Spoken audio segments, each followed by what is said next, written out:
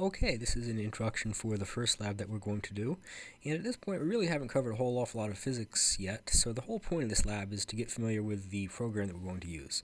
The program is called Lab1, and something that we're already familiar with is circles. Something that we know about circles is we know the relationship between the area of the circle. It should be pi 3.14 multiplied by the radius squared. So what we're going to do is we're going to measure the area and the radius of a whole bunch of circular objects, and we're going to see if we can empirically determine this constant of proportionality. So what do we need? Well, we need a computer with Lab1. Those are all around the classroom. You should see them. We need some centimeter ruled graph paper. That's on the back side of this handout right over here. We need a variety of circular objects, and we need a ruler. So let me show you where to find these guys. So here we have the physics lab, and what you're going to see is you're going to see your instructor frantically setting up equipment as you all roll in today. So what we can kind of do is we can kind of say, right here, there's going to be a whole bunch of circular objects. Here I see some tape, and I see a circular ring. There's probably going to be a penny, a red solo cup, and something else. So those are your circular objects, and you're going to go ahead and get yourself 5 of those guys. What we are then going to need is we're going to need a ruler, and if you take a look right here, you see a piece of PVC pipe with some meter sticks. Really good chance you can find a ruler in there. What else do we see in the physics lab? Well, there's going to be the mirror where we turn everything in. I'll point that out on the first day. And there's also going to be the happy instructor that's going to be right up here.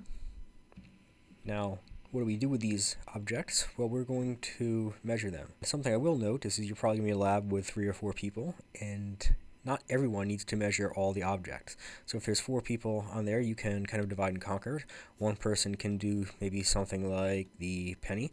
The next person could do the red solo cup. Someone else could do the ring, and then you can kind of pool your information. You're going to measure the area and the diameter of these guys. So what you're essentially going to do is you're going to go to the back of this piece of paper, and you see some centimeter lined grid paper. And what we can then do is we can trace these circles onto this guy. Now, pardon my poor attempt at drawing a circle, but that's probably pretty close. Something I will note is you can get more than one object on here, so that might be the penny, and then maybe you're going to have the cup right over here. We can then go ahead and we can trace out, or we can count how many square centimeters this thing is going to take up. And there's going to be some estimation here. So I'm kind of coloring in the ones that are pretty much full, but then you're going to need to estimate that one, that one, that one, that one, that one, that one, and so on and so forth. And maybe a way to do that would be to say, well, all 3 of these together, that's roughly going to be 1. All 3 of these guys together, that's roughly going to be 1, and so on and so forth. You're going to record all of these guys up in the table, and then we're going to go ahead and manually enter the data into Lab1. So you're going to record those guys right there and right there. Now what you need to do is you need to start up Lab1. You're going to double-click the x-axis for the data table, and you're going to change the name to diameter, the short name to D, and you're going to put centimeters in there. On the y-axis, you're going to do something similar with the area and some units and so on and so forth. You're going to manually enter the area and the diameter from your table. You are going to do that several times throughout the physics class, so it is an important thing to do. Then what we can do is we can tell the computer to calculate a column for us. Something that we're interested in is we're interested in the radius, and so we can calculate that. Yes, I know that you can calculate it on your calculator and put it in, but the computer can do all of your numbers at once, and it's a whole lot quicker at the end of the day, and you're going to see that a couple times throughout the physics class. So you can go ahead and say the radius should be the diameter divided by 2, and then you can go ahead and click done, and boom, it does all the calculations for us. At this point, it should have a graph of the area, which is on the y-axis, and diameter on the x-axis. Something that is super important is we can always autoscale our graph. Really important. Throughout all of physics, you're going to right-click on the graph and say autoscale and autoscale from 0 or just autoscale. Again, you're going to do that many times in Physics 241. Now, here we come to the point where it's actually going to ask you a question.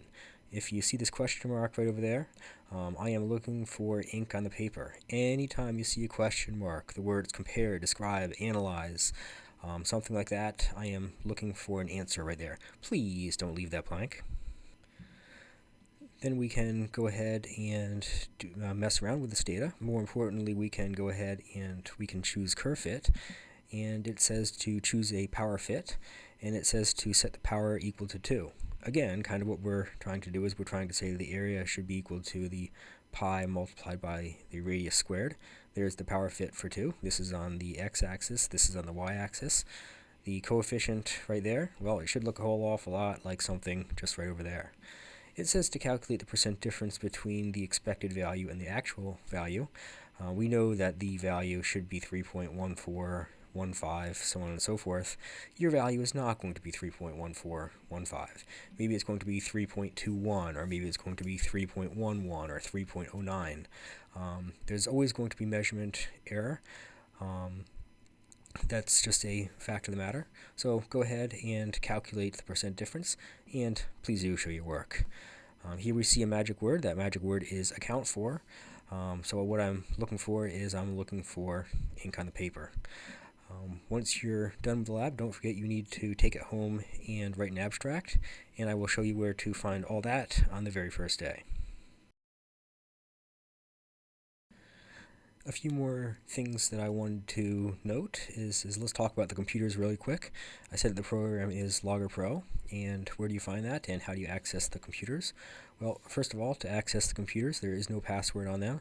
So what you're going to do is you're going to go ahead and press Control-Alt-Delete, press Enter, and it should pop open this screen right over there. You go ahead and you look around on the desktop, and here you see Logger Pro. Really good chance if you double-click Logger Pro, it's going to pop open to the page that you're interested in. Once you open up Logger Pro, it's going to look kind of like this. This is just a partial screenshot, but here you see the dataset X and the dataset Y that we mentioned in the lab. You're going to first double-click on the dataset X, and you're going to go ahead and put the diameter on that one. Then you're going to double-click on the one that says Y, and you're going to put the area onto that one. Now, I'll confess I accidentally wrote radius right here and put centimeters right there. You're going to do diameter, but you kind of got the idea there. Then what Logger Pro is going to look like is going to look something like this. Again, this right here is going to be diameter, and then you can go ahead and calculate what the radius is. So in just a little bit, it is going to look just like that.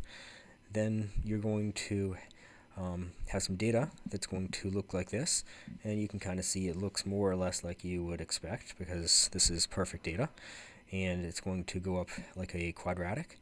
Then we can go ahead and say, hey, Logger Pro, do a curve fit for me. How do you do that? Well, if you click on the Analyze tab right over there, and you come down to the Curve Fit tab right over there, there's a really good chance that you can tell it to do a curve fit. It's going to pop open a dialog box that looks like this. So here it says Curve Fit, and you're going to scroll around on this guy right over there until you see the one that says Variable Power. It's going to look just like that.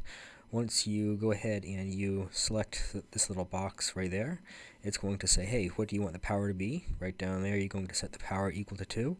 Then you can click on the Try Fit button, and it'll tell you what that coefficient is.